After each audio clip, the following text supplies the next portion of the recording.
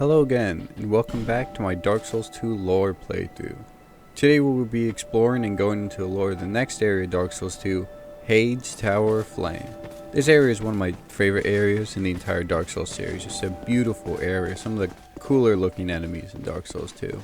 To give a little context on this area, in an interview with Tanimura, one of the developers for Dark Souls 2, he says originally it was nothing more than a path to the next area, but it just wasn't interesting. We started with the concept of the sunken city forming the road, and the map just expanded from there. And I think they did a great job with the area. Although it's a small area, it's one of the more memorable parts of Dark Souls 2. We're here. Let's start exploring. Upon entering, we see a city sinking into the sea, large statues of eagle-headed men, a large cathedral, and a tower itself shooting to the sky. Moving down a small pathway, we get to a bonfire. We move into an open area with a large warrior. These are called ancient knights. In reading the description of the armor and weapons, it says, "Old, undated armor." How old could this near crumbling armor be? Has extremely low durability. And the weapon description, an old, undated greatsword, wielded by a warrior from a time so ancient that there exists no record of his endeavors. Sometimes just as a thing falls to pieces, it unleashes its last flash of great power. The description tells us these warriors are so ancient that the armor is crumbling, and it's impossible to know how old they are. However, it seems that the knights were from Heide because of the number of them.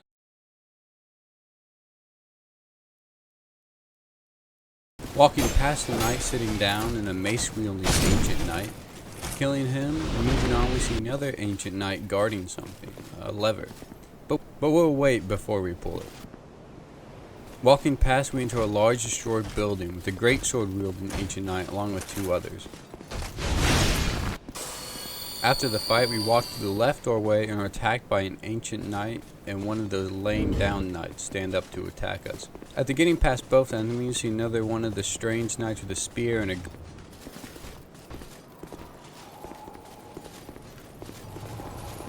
a dragon guarding the cathedral. However, I don't think we're going to be able to get past that dragon.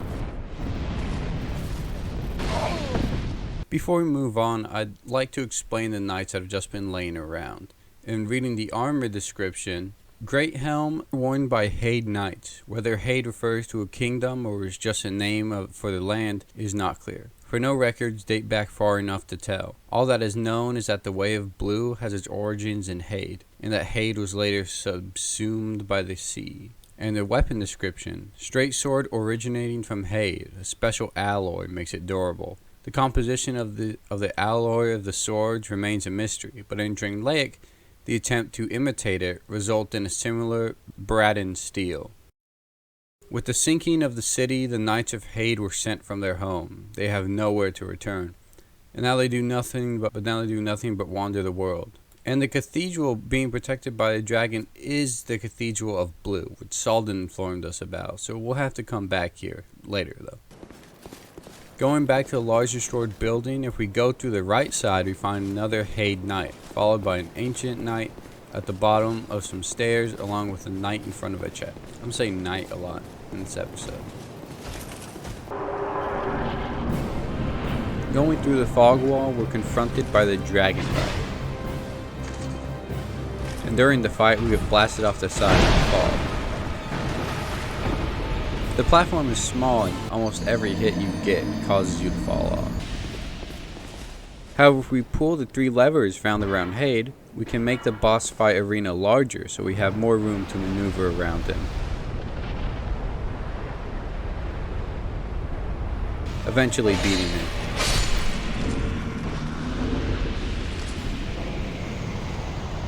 Reading the Dragon Rider's soul, it says, "Soul of a Dragon Rider who faithfully served King Vendrick. Long ago, the Dragon Riders mounted worms and were feared on the battlefield for their unparalleled strength." So, this Dragon Rider, who did actually ride dragons, served under Vendrick, possibly one of his elite soldiers. So why would this soldier Vendrick be here in the sunken city? Perhaps we'll find out later. Heading to the next level of the tower, we see a bonfire and someone praying. Are you from these parts? My name is Alyssia. I have come to spread the art of miracles, a practice of which I am a disciple. I can see that you are well suited to comprehend their wondrous power. But the cost of it, that's for your heart to decide. I'd heard awful rumors about this place, and I'm afraid they were all true. The king, gone. The earth, ravaged. The burden on the people weighs heavy. I fear that, by now, they may have scarce room in their hearts for miracles. Why did I come here? Well... do I need any other reason than to spread the gospel of miracles? My preceptor always said this art should be shared with the world. And such is my only wish. Sometimes I fight the urge to pack up and go back home. It is... well, I must do this.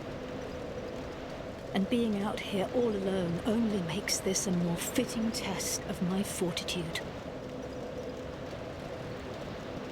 I expected this cathedral to be bustling, but there's hardly a soul to be found here. Without any goings-on, I'll have to move soon. To a place I could help the gullible by teaching the good word. No need for miracles. The gods frown upon such soul scrimpers. So Alyssia is here to help teach those in Draenleic of miracles. However, there's nobody here in Heide, so she'll be moving somewhere else. Actually, cut that. I think you said Heide? Yeah.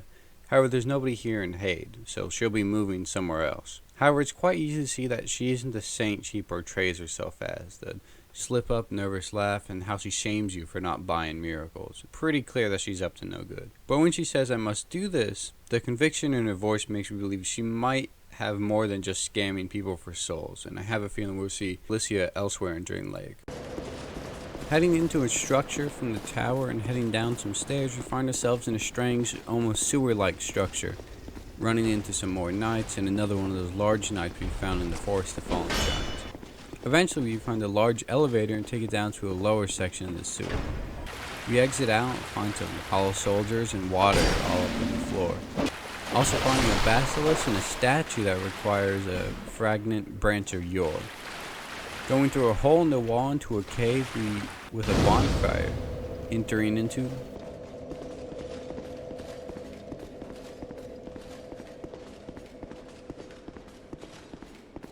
No Man's Wharf.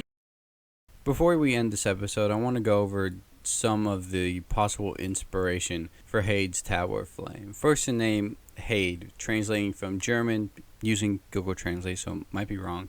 Heide means heathen, which basically means uncivilized or irreligious, which is strange considering the Way of Blue, which seems to be religious in some sense considering they have a cathedral. And Heide doesn't seem uncivilized either, considering that they were able to make weapons that used a special alloy that was extremely durable and great structures before falling to the sea. Also, the statues of Heide seem to be some sort of Egyptian inspiration, but it's really hard to find anything on them because there's not much I could find on the statues themselves. I was also not able to find anything on the actual tower itself. My first idea is that it was some sort of lighthouse letting ships know if there's land, but they're also building ruins in front of the tower, so I believe it was a monument to the greatness of Heide, only to be swallowed up by the sea.